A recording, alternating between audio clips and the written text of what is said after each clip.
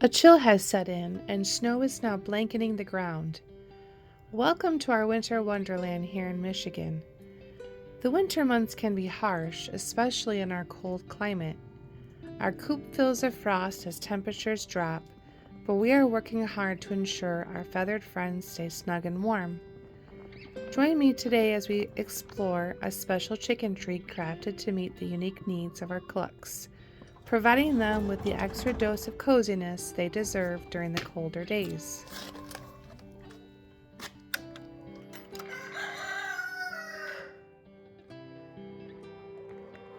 Hi.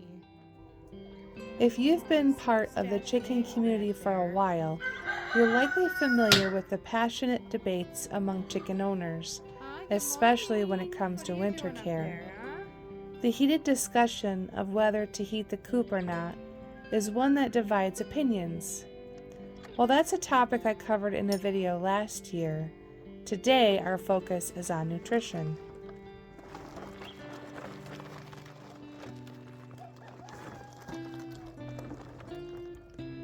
In my previous video, I addressed a serious concern about overfeeding chickens, sharing a personal experience that resulted in sickness and loss. I delved into the consequences, even sharing how I unintentionally harmed my own flock. If you're curious, you can find the link to that video below.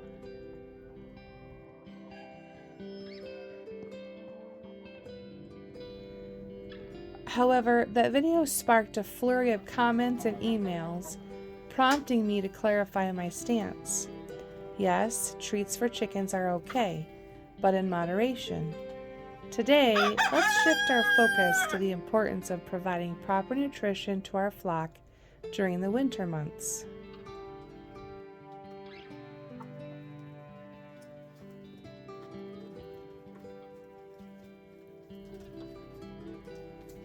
A quick Google search on providing extra nutrition for chicken in the winter will inundate you with articles emphasizing the importance of protein.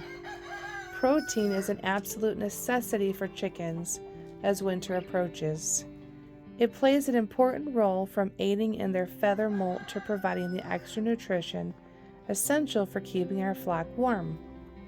Striking the right balance is key. While we don't want overweight chickens, a bit of extra fat during the winter is beneficial. The additional energy helps them to stay warm, and let's face it, being a chicken is hard work.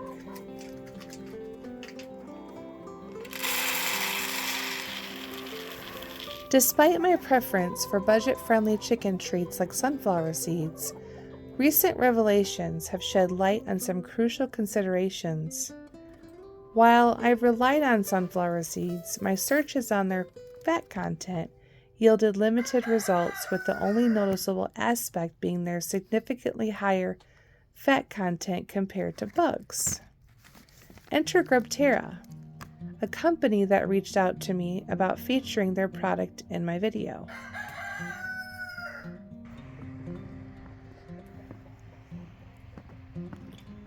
I'll admit, GrubTerra was never on my radar, mostly because I perceived it as being beyond my budget.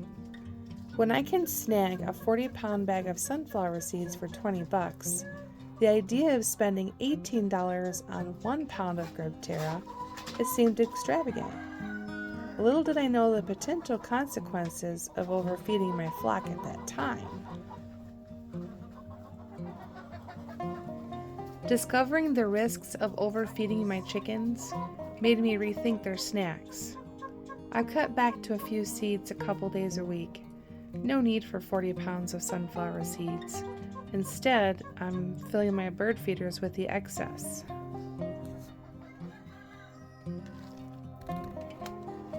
No surprise here, my girls are absolutely loving these treats. Like typical chickens, they're highly food motivated and they devour just about anything. But when I examined the bag, I couldn't find the recommended feeding guidelines. A quick search led me to a GrubTerra blog post suggesting 1 handful per 5 chickens a day. In my own opinion, especially for my free-range flock, it does seem a bit much, especially in the summer. I've decided that this treat will be more of a winter indulgence for my girls.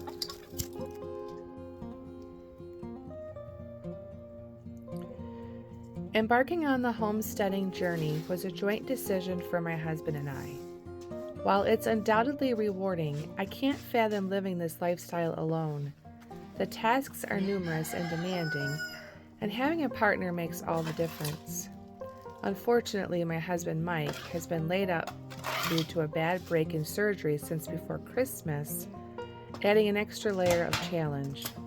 Despite the hardships, my boys and I are putting in the extra effort to ensure that the chores are tackled and our homestead keeps thriving.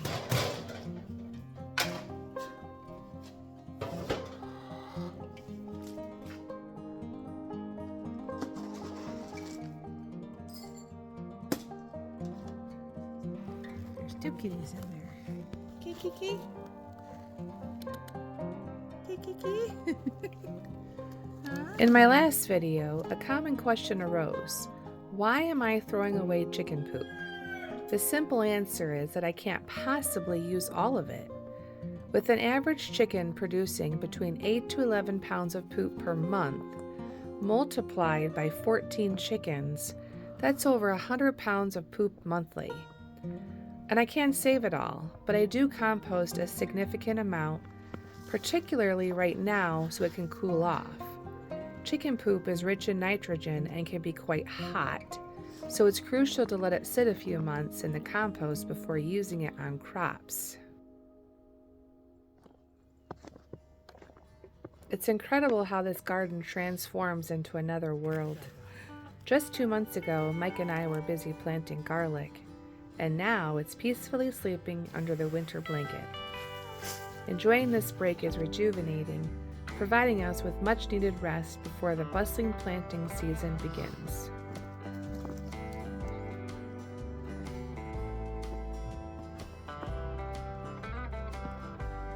As our homestead evolves with each passing year, so do our endeavors. This year, our focus turns to the prospect of adding milking goats to our expansive cleared area.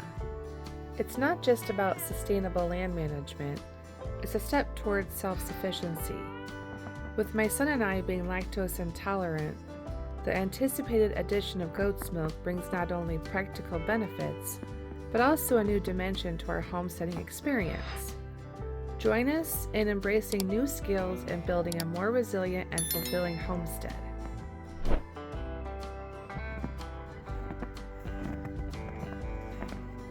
Thank you for being part of our journey. If you found value in this content, I invite you to subscribe for more.